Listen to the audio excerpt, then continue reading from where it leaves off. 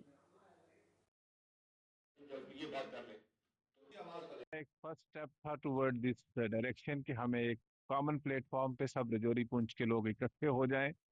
اور یہ ڈیمانڈ کریں اور ایک آپ لوگوں کے مادھیم سے پریس اور پرنٹ میڈیا اور گورنمنٹ کی ایجنسیز بھی بہت ساری یہاں پہ اس چیز کو نوٹ کرتی ہیں تو یہ تو ایک کنوے میسج تو اسٹرانگلی کنوے تو ہو ہی گیا ہے لیکن اس کے علاوہ ہم جو کمیٹی ہم نے 20 ممبر کمیٹی بنائی ہے وہ کمیٹی ڈیسائیڈ کرے گی کہ آگے ہمیں اس کو لے کے کیسے چلنا ہے اگر ضرورت پڑے گی تو ہم ہندوستان کے